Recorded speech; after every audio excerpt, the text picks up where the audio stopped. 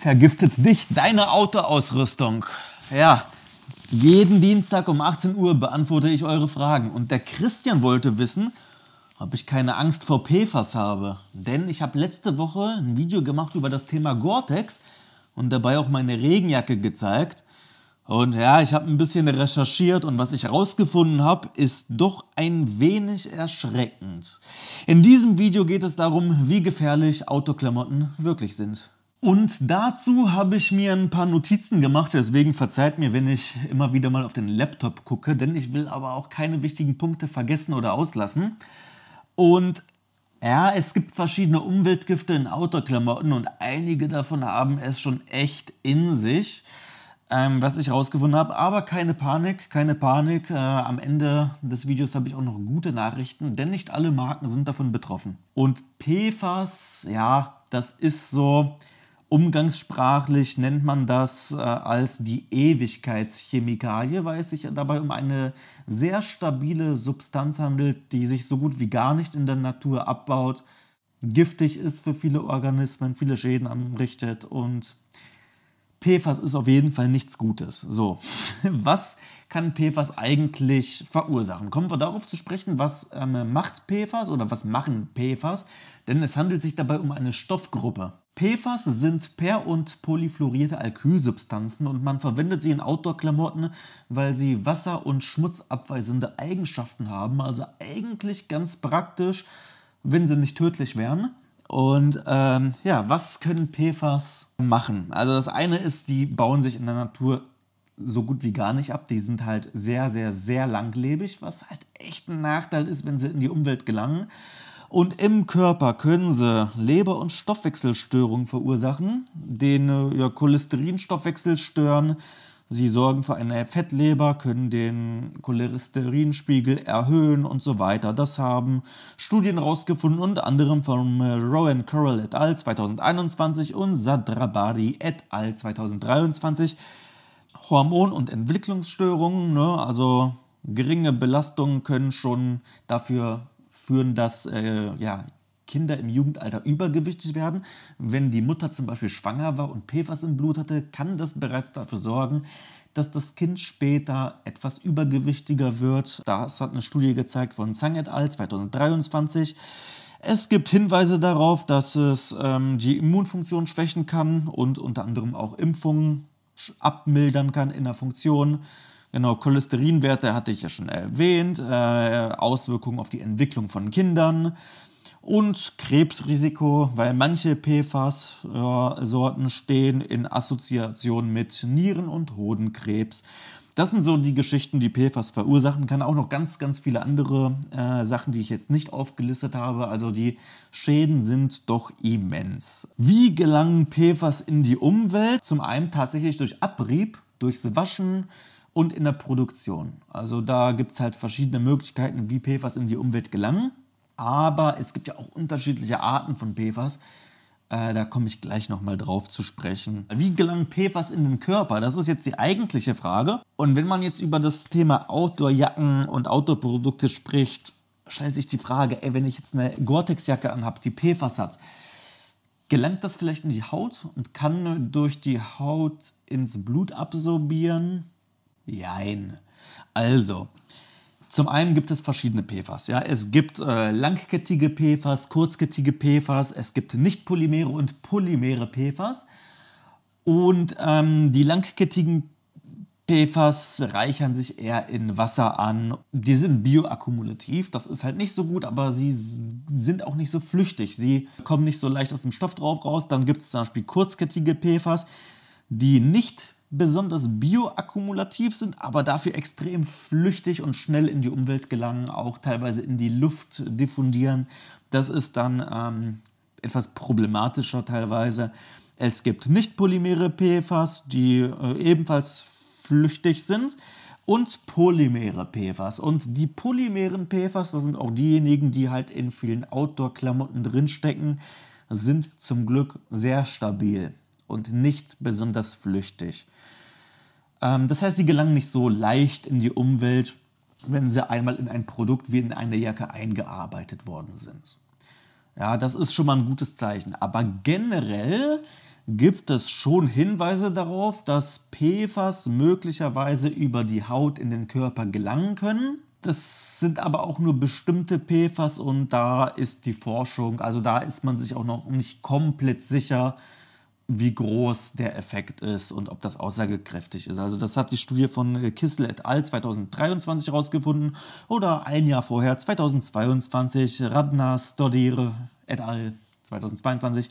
Die haben das ebenfalls untersucht und ja, es gibt Hinweise darauf, dass PFAS über die Haut in den Körper eindringen können, aber das waren nur bestimmte Arten von PFAS, überwiegend die kurzkettigen und die nicht polymeren PFAS. Aber in Gore-Tex-Jacken haben wir ja zum Beispiel die polymeren PFAS, die stabiler sind und bei denen geht man davon aus, dass die eher nicht über die Haut in den Körper gelangen können. Das ist schon mal beruhigend.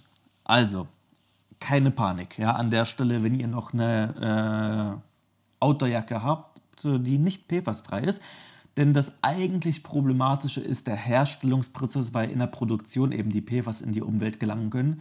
Im fertigen Produkt scheint es doch recht stabil zu sein und man muss da nicht in Panik verfallen. Ja? Also, zusammengefasst, ja, nicht gerade nicht gerade gut für die Gesundheit, sagen wir es mal so. Ich meine, Stoffwechselstörungen, Hormonstörungen, Störungen in der Entwicklung von Kindern, Krebs, sind jetzt nicht unbedingt Sachen, die sich gut anhören, aber glücklicherweise sind die meisten PFAS in den Endprodukten doch relativ stabil und dringen nicht durch die Haut in den Körper ein. Also, theoretisch besteht natürlich ein Restrisiko, dass geringe Mengen an PFAS dennoch in die Haut eindringen können über Produkte wie Outdoorjacken. Da ist die Forschung ja noch nicht abschließend so weit, um das mit Sicherheit auszuschließen, aber es sieht aktuell nicht so aus, als wenn das ein riesiges Risiko wäre. Die Gefahr ist tatsächlich größer, dass wenn die PFAS einmal in die Umwelt gelangt sind, dass wir das dann über die Nahrung aufnehmen. Das ist dann doch eher die größere Gefahr, interessanterweise, aber wenn die einmal in der Umwelt sind, na jetzt ist es zu spät, da haben wir ja so gesehen keinen riesigen Einfluss drauf. Also mit unserem Verhalten als Endkonsument, ob wir jetzt eine Outdoorjacke kaufen, ja, der Zug ist abgefahren. So, ist es jetzt, was sollte man jetzt mit der alten Gore-Tex-Jacke machen? Wenn man eine hat, soll man die wegwerfen? Ich würde sagen, nein, außer ihr kauft euch eine neue über meinen Affiliate-Link, dann könnt ihr das natürlich in Erwägung ziehen, aber ansonsten ist es nicht unbedingt ratsam, die alte Jacke zu entsorgen, weil ja der direkte Übertragungsweg über die Haut in den Körper, es scheint doch eher so zu sein, dass das vernachlässigbar ist oder unwahrscheinlich, dass das, also es gibt weitaus größere Risikofaktoren für die Aufnahme dieser Chemikalie, wie zum Beispiel Nahrung und Trinkwasser. Das heißt, man kann die alten Jacken behalten, keine Panik. Und es ist ja oft so, dass bei diesen Gore-Tex-Jacken man einen Layer hat, die sind ja dreilagig aufgebaut. Das heißt, die Gore-Tex-Schicht ist ja in der Mitte nochmal eingelagert. So einen komplett direkten Hautkontakt hat man dann eigentlich auch selten, weil ja immer noch mal eine Schicht zwischen ist, konstruktionsbedingt in den Jacken. Ne? Also das ist schon mal eine gute Nachricht. Und man muss dazu sagen, dass zum Beispiel, also viele Hersteller haben inzwischen die PFAS aus dem Sortiment verbannt. Nicht alle Hersteller, aber viele. Und bei Gore ist das zum Beispiel so, also die Gore Concurve Jacke, die ich habe, Gore-Modelle, die nach 2023 hergestellt wurden, sind in der Regel PFAS-frei. Also wenn ihr euch eine neue Jacke gekauft habt, dann ist die in der Regel schon PFAS-frei. Das ist die gute Nachricht. So viel zum Thema PFAS in Outdoor-Klamotten. Also da würde ich sagen, ja, ist einerseits natürlich eine große Umweltgefahr, aber für den Endkonsumenten da muss man jetzt nicht zwangsläufig in Panik verfallen, weil im Endeffekt der Herstellungsprozess das weitaus größere Problem darstellt und die neueren Modelle sind alle PFAS-frei. Die Hersteller stellen sich schon langsam darauf ein, das PFAS-frei zu machen. Ist auch noch so ein Grund dafür, warum ich eher Markenklamotten kaufen würde, weil wenn ich mir jetzt eine Jacke kaufe von AliExpress oder so, da ist das halt nicht garantiert, dass das da nicht PFAS-frei ist. Aber es gibt ja auch noch größere Gefahren als PFAS für den Endkonsumenten. Das sind Flammschutzmittel. Und zwar gibt es verschiedene Flammschutzmittel, die jetzt auch nicht gerade gesundheitsfördernd sind. Und zwei beliebte Flammschutzmittel, die in der EU übrigens immer noch zugelassen sind. Also da wird auch schon seit, keine Ahnung, von verschiedenen Umweltverbänden wird seit Jahren schon ein Verbot gefordert, aber irgendwie sind die halt immer noch im Umlauf. Da muss ich jetzt mal auf den Laptop gucken, weil die haben so sympathische Namen wie Tris-1,3-Dichloro-2-Propylphosphat oder Tris-2-Carboxyethylphosphin. Ja, also diese beiden Flammschutzmittel, das sind welche, die sind chloriert, wie der Name schon sagt, das sind chlorierte Flammschutzmittel und die dermale Aufnahme, das heißt über die Haut, ne, also dermal ist alles, was über die Haut geht, ist immens. Also wenn man jetzt solche Flammschutzmittel direkt auf der Haut hat, liegt die Absorptionsrate über die Haut bei 25%. Also 25% der Flammschutzmittel können über die Haut in den Körper eindringen. Und das hat eine Studie rausgefunden von Abdallah und Harad 2022. Aber das ist nichts Neues. Man weiß es eigentlich schon etwas länger, weil man hat früher überall Flammschutzmittel reingemacht. Und man hat bei Kindern Blutuntersuchungen gemacht. Und Kinder, die Schlafanzüge getragen haben und die Schlafanzüge hatten Flammschutzmittel drin, das waren in dem Fall keine chlorierten Flammschutzmittel, sondern bromierte Flammschutzmittel, was aber auch ein Halogen ist. Und diese Kinder, die eben die bromhaltigen Flammschutzmittel in ihren Schlafanzügen hatten später krebserregende Abbauprodukte im Urin. Das war nachgewiesen. Und diese Studie ist von Bloom et al. 1978. Also so lange weiß man das schon. Ja, und was sind die Gesundheitsrisiken von solchen Flammschutzmitteln? Das eine ist Krebs, Hormonstörungen, Reproduktionsschäden, es schädigt das Nervensystem und so weiter.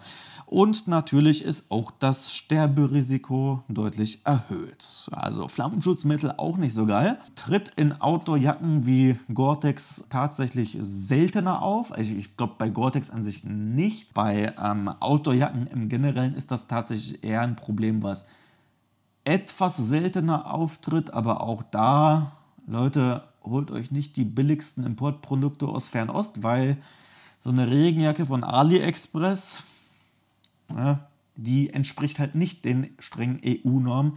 Und selbst wenn in der EU ist es ja erlaubt. Es ist ja meist so, dass die hochwertigen Hersteller freiwillig auf sowas verzichten, wie zum Beispiel Patagonia oder so.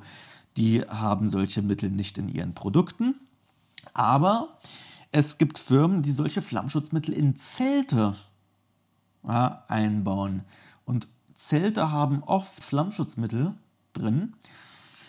Ja, und wenn man in so einem Zelt drin liegt, kann man das auch darüber aufnehmen und die Flammschutzmittel gelangen auf die Art und Weise ins Blut. Wir haben gesehen, die dermale Aufnahme liegt bei über 25%. Deswegen würde ich auch hier auf Markenprodukte zurückgreifen, die sich freiwillig selbst auf die Fahne geschrieben haben, auf solche Stoffe zu verzichten. So, was gibt es noch für Stoffe in Outdoor-Klamotten? Es gibt noch antibakterielle Beschichtungen, also das sind oft Silber- oder Bioziden-Beschichtungen. Sorgt einfach dafür, dass wenn man zum Beispiel so ein T-Shirt hat mit mit Silberionen drin oder sowas, es ist geruchshemmend. Also es sorgt dafür, dass das Shirt nicht anfängt zu müffeln, dass das einfach geruchshemmend ist. Dafür nutzt man diese antimikrobiellen Beschichtungen ein, aber das Problem ist, also es kann einerseits beim Waschen ins Wasser und in die Umwelt gelangen, was nicht so geil ist. Es kann aber auch das Mikrobiom der Haut beeinflussen und gegebenenfalls irgendwelche Resistenzen fördern. Da gibt es auch diverse Untersuchungen zu. Es ist aber in der Forschung noch nicht abschließend geklärt, was es noch für Effekte hat. Also ob das jetzt tatsächlich negative Auswirkungen auf einen hat im großen Ausmaß. Sagen wir so, bei diesen antibakteriellen Beschichtungen wissen wir es noch nicht. Ja, also es gibt halt ein bestimmtes Restrisiko, aber nach aktuellem Stand muss man davor zumindest keine Panik haben. Wenn es aber nicht unbedingt notwendig ist, würde ich dann doch eher freiwillig darauf verzichten, solche Produkte zu kaufen. Zusammenfassend kann ich sagen, bei den meisten Produkten würde ich eher auf Markenprodukte zurückgreifen, die sich einer freiwilligen Selbstkontrolle unterziehen, weil die gesetzliche Lage da einfach noch teilweise sehr lückenhaft ist und ein bisschen zu tolerant. Was manche Substanzen angeht, ja, da würde ich einfach ein bisschen drauf anpassen. Aber im Grunde genommen sollte man nicht in Panik verfallen. Bei PFAS ist es so, dass die meisten Produkte, die im Outdoor-Bereich auch eingesetzt werden, da ist die direkte Aufnahme durch die Haut wahrscheinlich eher nicht gegeben oder nicht in relevantem Ausmaß. Das heißt, da muss man jetzt keine Angst vor haben. Etwas vorsichtig sollte man sein bei Flammschutzmitteln in Zelten. Das ist vielleicht eine Sache, wo man vielleicht dann doch darauf achten sollte, weil das doch noch relativ weit verbreitet ist in der EU, dass solche Substanzen eingesetzt werden und die Gesundheitsgefahren sind doch nicht zu vernachlässigen. Also da würde ich nochmal drauf achten, was man sich für Zelte kauft. Aber ja, im Großen und Ganzen ist es so, dass das Ganze natürlich jetzt nicht gut aussieht, aber es ist jetzt auch kein Grund zur Panik. So. Schreibt mir eure Meinung in die Kommentare, was ihr zu dem ganzen Thema denkt. Wie geht ihr mit solchen Substanzen um? Wie geht ihr mit Umweltgiften um? Gibt es Sachen, die ihr vermeidet? Habt ihr Angst davor? Lösungsvorschläge? Keine Ahnung. Schreibt es in die Kommentare. Und falls ihr weitere Fragen habt zu Outdoor-Themen, zum Thema Bikepacking, Ultracycling, wie auch immer, stellt es in die Kommentare und ich beantworte eure Fragen dann in der nächsten Woche. Am Dienstag um 18 Uhr kommt das nächste Video. Wir sehen uns dann und ciao, ciao.